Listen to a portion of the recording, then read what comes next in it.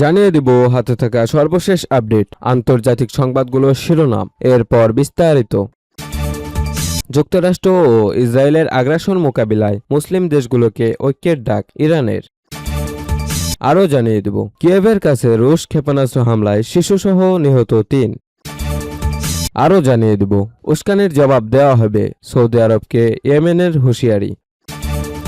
সর্বশেষ জানিয়ে দেব উভয় সংকটে ট্রাম্প, কঠিন সিদ্ধান্তের মুখে ওয়াশিংটন। যুক্তরাষ্ট্র ও ইসরায়েলের আগ্রাসন মোকাবিলায় মুসলিম দেশগুলোকে ঐক্যের ডাক ইরানের। ইরানের পররাষ্ট্রমন্ত্রী প্রতিবেশী দেশগুলোর প্রতি আত্মনির্ভরশীলতা ও প্রকৃত ভ্রাতৃত্ববোধ ধারণের আহ্বান জানিয়েছেন। তিনি বলেন, বিশ্বের সবচেয়ে উন্নত সামরিক শক্তির বিরুদ্ধেও ইরানের সশস্ত্র বাহিনী নিজেদের ক্ষমতা প্রমাণ দিয়েছে।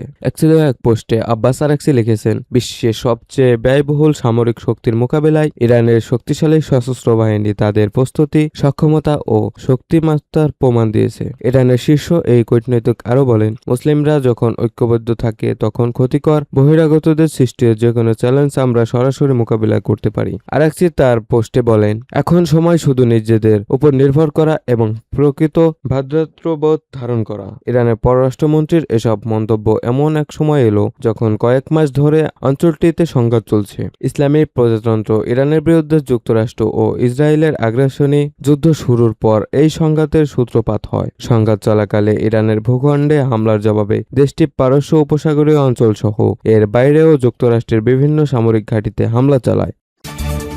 কিয়েভের কাছে রুশ ক্ষেপণাস্ত্র হামলায় শিশুসহ নিহত ৩। ইউক্রেনের রাজধানী কিয়েভের কাছে রাতভর রাশিয়ার চালানো ক্ষেপণাস্ত্র হামলায় শিশুসহ অন্তত ৩ জন নিহত হয়েছেন। এ ঘটনায় আরও ৩ জন আহত হয়েছেন বলে জানিয়েছেন স্থানীয় এক কর্মকর্তা। শনিবার ৮ আগস্ট ভোরে রাজধানীর পূর্বাঞ্চলে একাধিক ক্ষেপণাস্ত্র আঘাত হানে। এ সময় শক্তিশালী বিস্ফোরণের শব্দ শোনা যায়। এর কয়েকদিন আগে ইউক্রেন জুড়ে রাশিয়ার হামলায় ২১ জন নিহত হয়েছিলেন। আঞ্চলিক সামরিক প্রশাসনের প্রধান তিমুর তাকাতচুক জানান, ব্যালিস্টিক ক্ষেপণাস্ত্র হামলায় ৩ জন নিহত ও আরও ৩ জন আহত হয়েছেন। ক্ষেপণাস্ত্রের ধ্বংসাবশেষের আঘাতে কয়েকটি আবাসিক ভবন ও গাড়ি ক্ষতিগ্রস্ত হয়েছে। এছাড়া একটি পৃথক ভবনেও আগুন ধরে যায়। কিয়েভের মেয়র ভিতালি ক্লিচকো টেলিগ্রামে জানান, একটি ভবন ও জ্বালানি সংরক্ষণ ট্যাঙ্কে লাগা আগুন নিয়ন্ত্রণে কাজ করছেন জরুরি বিভাগের কর্মীরা। ইউক্রেনের রাষ্ট্রীয় জরুরি সেবা সংস্থা ডিএসএনএস কিয়েভে গ্যারেজ, একটি ব্যবসা প্রতিষ্ঠান ও একটি ভবনে আগুন লাগার ছবি প্রকাশ করেছে।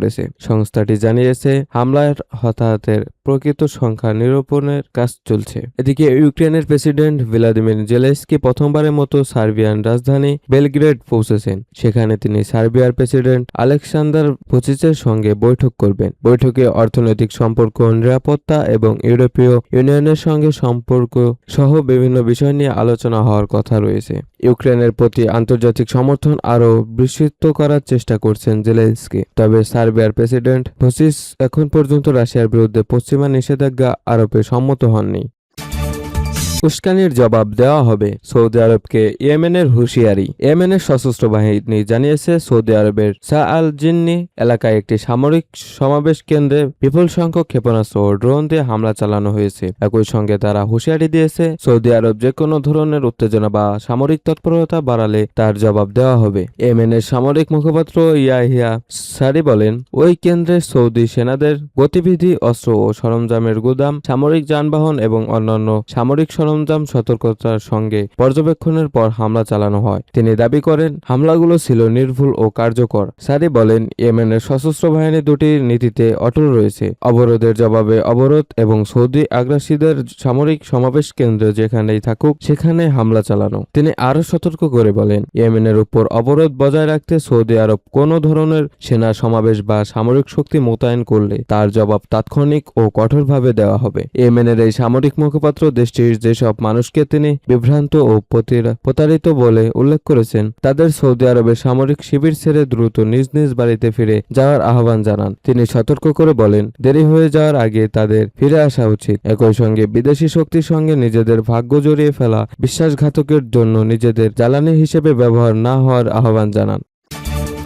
উভয় সংকটে ট্রাম্প কঠিন সিদ্ধান্তের মুখে ওয়াশিংটন ইরানের সঙ্গে যুদ্ধ জ্যৈষ্ঠ মাসে পদার্পণ করার পর এই সপ্তাহে একদিকে চরম হুঁশিয়ারি এবং অন্যদিকে জোর কূটনৈতিক তৎপরতার ঘটনা মার্কিন প্রেসিডেন্ট ডোনাল্ড ট্রাম্পের ক্রমবর্ধমান চরম কোণঠাসা অবস্থাকে প্রকাশ্যে এনেছে। মাত্র কয়েক সপ্তাহ শেষ করার প্রতিশ্রুতি দিয়ে শুরু করা এই অপ্রিয় যুদ্ধ থেকে বেরিয়ে আসার পথ খুঁজতে গিয়ে এখন চরম বিপাকে পড়ছেন তিনি। বর্তমানে ট্রাম্পকে প্রধানত দুটি জটিল বিকল্পের মধ্য দিয়ে সিদ্ধান্ত নিতে হচ্ছে। প্রথমত, ওমান ও ইরানের মধ্যে হতে যাওয়া একটি মধ্যবর্তী চুক্তি মেনে নেওয়া, যা তেহরানকে হরমুজ প্রণালীর উপর এমন এক কর্তৃত্ব প্রদান করবে যা যুদ্ধের আগে তাদের ছিল না। দ্বিতীয়, যুদ্ধের মাত্রা বাড়িয়ে নতুন করে কঠোর সামরিক হামলার যে হুমকি দেওয়া হয়েছে তা বাস্তবায়ন করা, যার পরিণত হতে পারে আদর দীর্ঘমেয়াদী সংকট। বিশ্লেষকদের মতে প্রথম বিকল্পটি মেনে নিলে তা হবে গত 28 ফেব্রুয়ারি ইরানের যুক্তরাষ্ট্র ও ইসরায়েল যৌথ হামলা চালানোর পর তেহরানকে দেওয়া সবচেয়ে বড় ছাড়। এর মাধ্যমে বিশ্বব্যাপী জ্বালানি পরিবহনের এই গুরুত্বপূর্ণ প্রণালীতে